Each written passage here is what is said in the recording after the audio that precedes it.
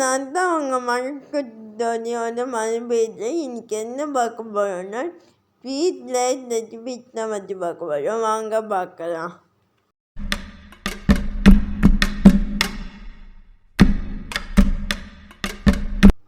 இந்த ரெசிபி பார்த்திங்கன்னா எங்கள் அம்மா சின்ன பிள்ளையா இருக்கும் போது எங்கள் பாத்தி தந்து கொடுப்பாங்களாம்.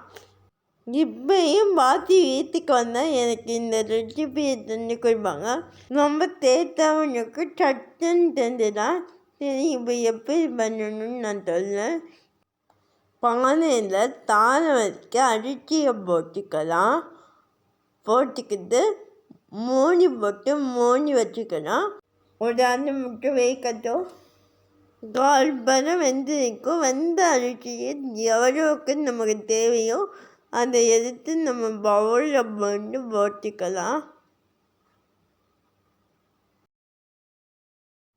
எடுத்து வச்ச அரிசியில் தேவையான அளவுக்கு சீனி, தேவையான அளவுக்கு நெய், பொடி பண்ணி ஏலக்காய் தோல் சேர்த்து கொஞ்சமாக தேங்காய் துருவல் போட்டு நல்லா மிக்ஸ் பண்ண வேண்டியதுதான்.